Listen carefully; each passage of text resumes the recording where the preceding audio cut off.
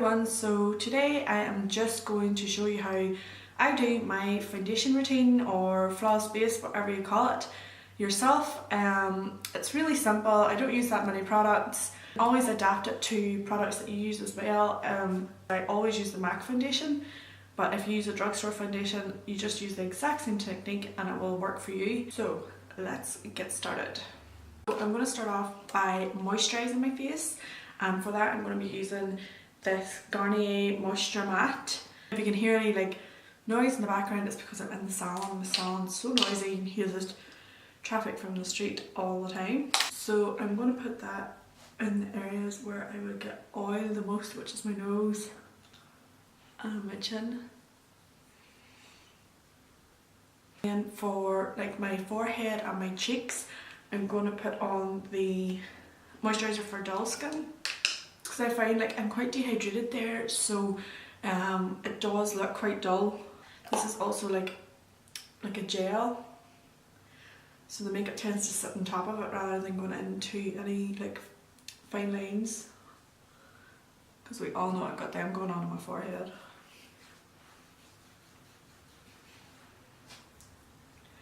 So really working that into the skin with your fingers.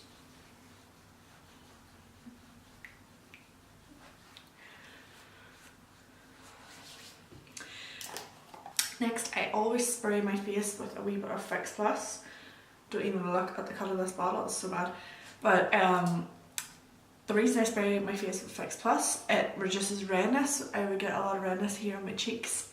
It also hydrates the skin, and it contains glycerin, so glycerin is what is going to make the makeup stick to your face properly. It's what's... So for primer, on my T-zone again, I'm going to use a bit of MAC's Oil Control Lotion. Just the tiniest wee bit of it.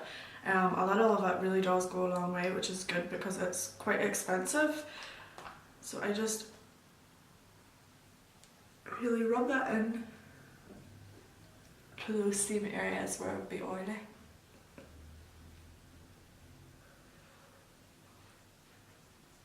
I wake up with an oily T-zone anyway, but I do notice that, after a couple of hours of wearing makeup, my T-zone just starts to produce oil again. For the rest of my face, I'm going to use the RIMMEL FIX&PERFECT Pro. It's like a high street or drugstore product, but it's really, really good value. I actually use this in clients a lot, and all their makeups just look so flawless and they last all day. So just because it's from the chemist does not mean it's not any good. On areas sort of here and here, where I'm going to be putting a powder highlighter, I like to use a pore minimizing primer. And what that does is reduces the look of any open pores around your nose or on these areas, and it will also get rid of any texture.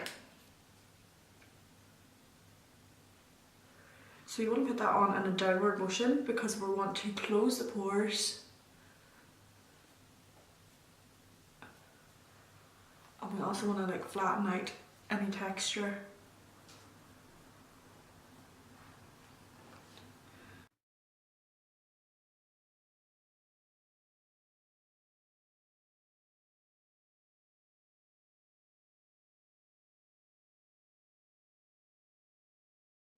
I'm going to do my eyebrows. I always like to do them because I like to carve them out underneath. I just like to do my eyebrows first. It's just the way I do my makeup. It's very weird, and it also gives the primers that you've put on just a wee minute to set as well. Okay, so brows on. I look a bit crazy, but anyway. Sometimes when I'm going out I would put a wee bit of green concealer on my red areas, sort of to colour correct, so I'm not too highly coloured in photos or anything. But today it's just Sunday and I'm just going to feed the ducks. It's exciting stuff, people. So I'm just going to do my normal base but without the colour correction underneath. For foundation, I'm going to be using my MAC Studio Fix Fluid in NC15. NC means that it's a cool tone or a more yellowy tone of a foundation, whereas NW is a more warm or pinky tone. I never wear an NW10 no matter how pale I am, just because I think it really washes me out. I just suit the olive tones better because I would have like a more olive undertone to my own skin. Popping some on the back of my hand, and I'm going to take a powder brush. This is a Royal and Langnickel multi-purpose powder 101 brush, and it's sort of like the shape of the M439 brush from Morphe. That dome shape, that means that you can really buff in your foundation. It gives a really good coverage. I love a good coverage. If you don't like as much of a coverage, you could use a beauty blender or a MAC 187 stippling brush. Studio Fix Fluid is a medium but buildable coverage, so usually I do one layer, see if I have any blemishes or redness that's standing out, and if I do, then I would pop on an extra layer. So just buffing it into the skin. Always make sure you're doing back to the ear, and I always work on one area at a time to make sure it's perfect and then move on to the rest of the face. So you can see this wee bit of redness here. I'm going to bring my concealer down so that will cover that. Always bring it down onto the neck, and I always like bring it up behind the ear, mainly because I'm normally wearing tan, or my clients are normally wearing tan, so in case they forgot to tan in behind the ear, always bring a wee bit of foundation up just so it blends nicely together.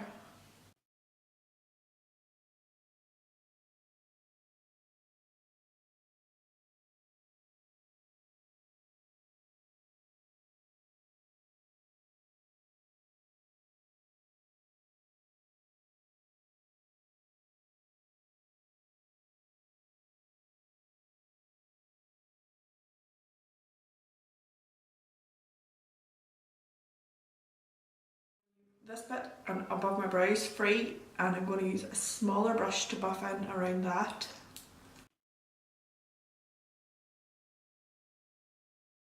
Around the hairline I sort of just like tap it in, not buffing too much because I don't want to end up with like a foundation covered hairline.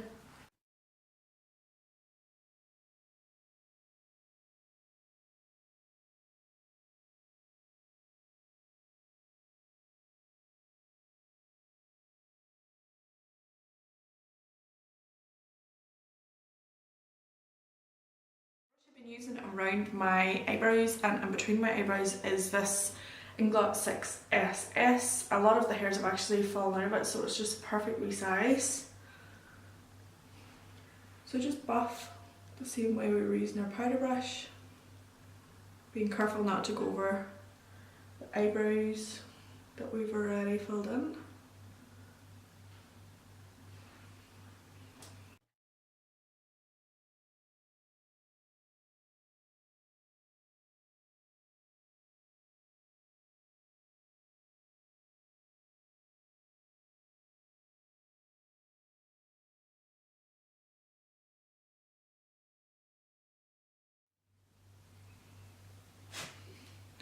And then when I get to the front of my brow, I just tap just to blend it into that like faded bit at the front of the brow.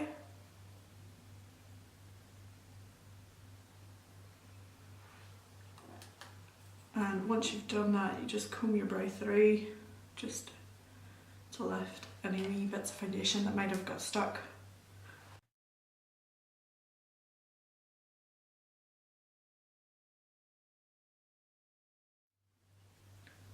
So you're always going to use foundation at the top of the brows because there is nothing worse in life than seeing a girl walking around with eyebrows with this big white concealer line. It is so horrible looking.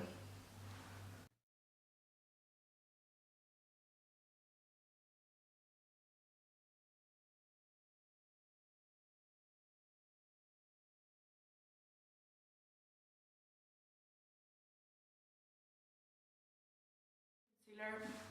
I use two concealers under my eyes when I'm really pale. One to colour correct my dark circles and then one to highlight. I usually just apply them both at the same time because they mix together anyway. So under my eyes I use the Maybelline. It's the Anti-Age Eraser Eye Perfect and Cover Concealer in Light. I don't use this in clients because it has a sponge and it's not hygienic. So just apply that down.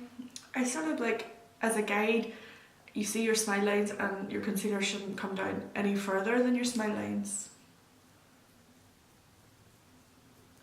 You're also going to bring it up to lift the area. And then just down the centre of the face to also highlight. The other concealer that I'm going to put under my eyes is the Collection Lasting Perfection Ultimate Wear in shade Fair 1. This is nearly done. So I'm just going to apply it on top of it.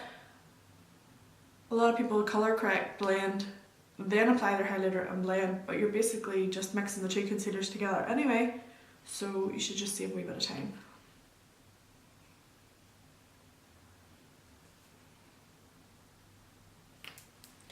Now you could go ahead and use your beauty blender. Sometimes I would use my Real Techniques sponge. More recently I have been using an Inglot 4SS, big fluffy brush. I think it just blends it out really nice, buffs it into the skin. So just nice and lightly pressing and buffing.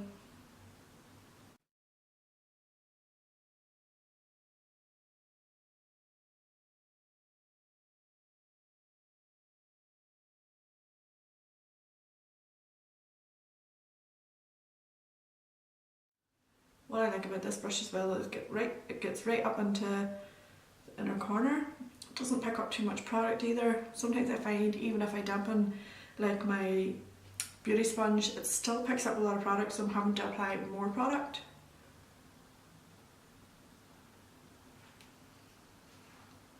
The only thing with the Inglot brushes is that I find the hairs come out quite a lot. I don't know if anybody else finds that, or maybe I've just washed them too roughly. So you can see that gives a nice lifted under eye. And then taking my powder brush again, I'm just gonna blend in case there's any like harsh lines or anything. You don't want to see any concealer lines. Under my eyes, and to set the rest of the face, I'm going to actually use the RCMA No Colour Translucent Powder. It's actually in this Alamasca tub because the RCMA tub is so hard to use. I have more Alamasca powder actually coming. I'm so excited because I would compare it nearly to the Laura Mercier. It's so finely milled and it also smells like vanilla chocolate, so I am obsessed.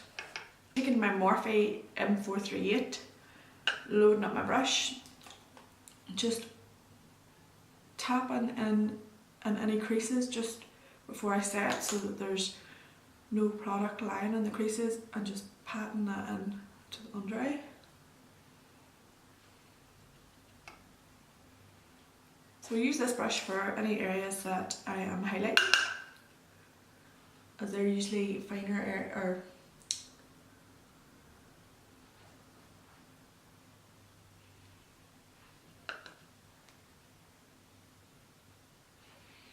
you could go ahead and bake here, but I have lines under my eyes and I just find that baking dries out my under eye, and like I don't want to accentuate the lines under my eyes any more than they are.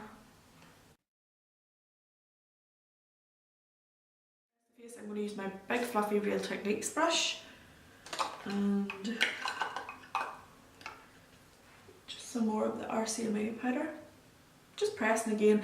You don't want to be like rubbing the powder on your skin, because when that happens you're going to move all your foundation that you've already put on. If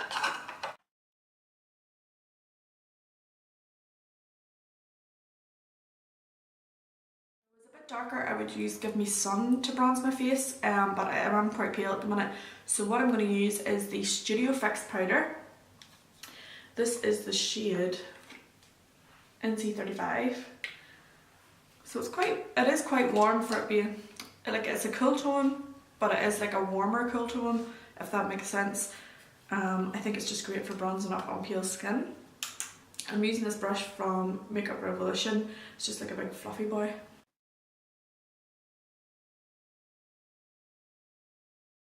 A lot of bronzer. The good thing about this powder as well is it adds that wee bit more coverage as well. And I'm just doing like the forehead, under the cheekbones and around under the jawline. I hate my double chin. I need to contour it till it is gone.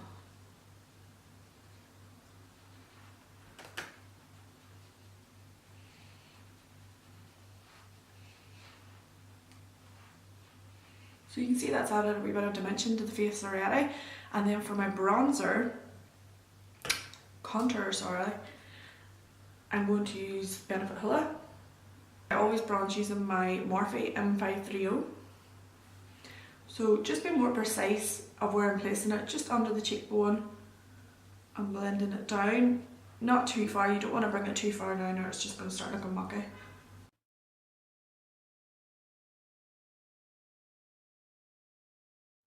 Or even contouring if you don't make a kissy face.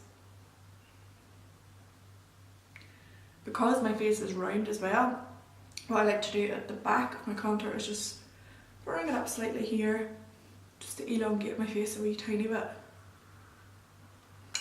Ain't nobody got a time for a big round head like mine.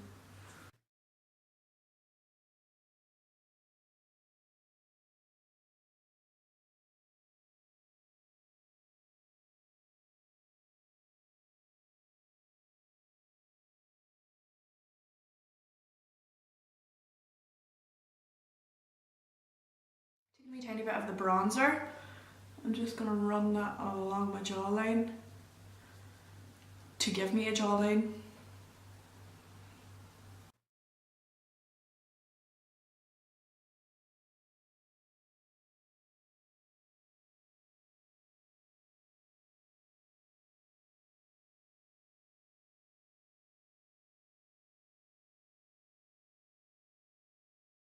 Like a daytime look.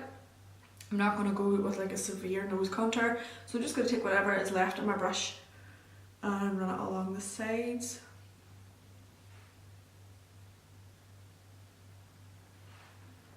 And down the bottom.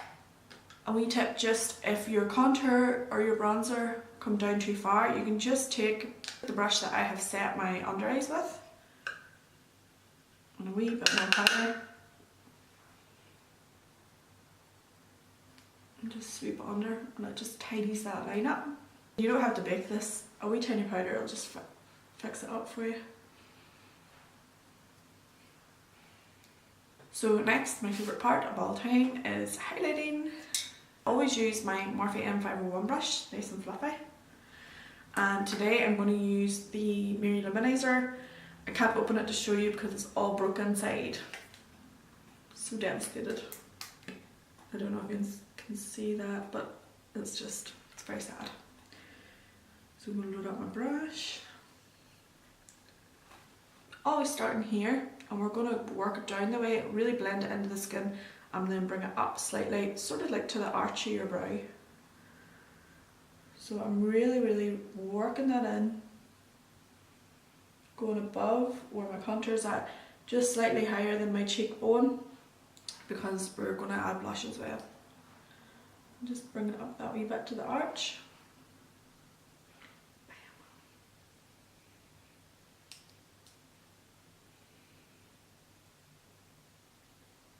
Oh yeah, baby. That is the stuff right there. I also like to highlight my cupid's bow.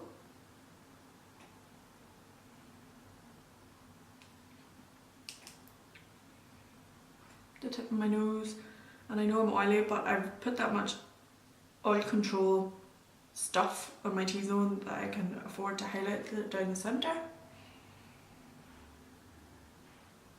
Then moving on to blush, I'm going to use today my Real Techniques blusher brush.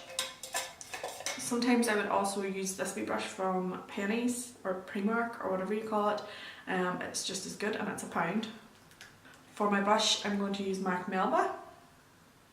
It's lovely. It's sort of like it's hard to explain. It's like a corally pinky, but it's not too pink and it's not too coral. It's really hard to explain, but it's really nice.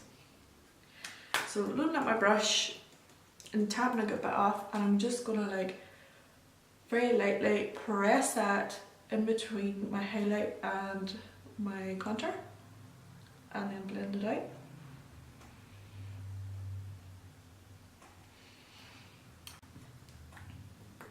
I don't like blushes that are like too pink. I'm more into my like bronzy ones, sort of like that blend into my contour a lot better.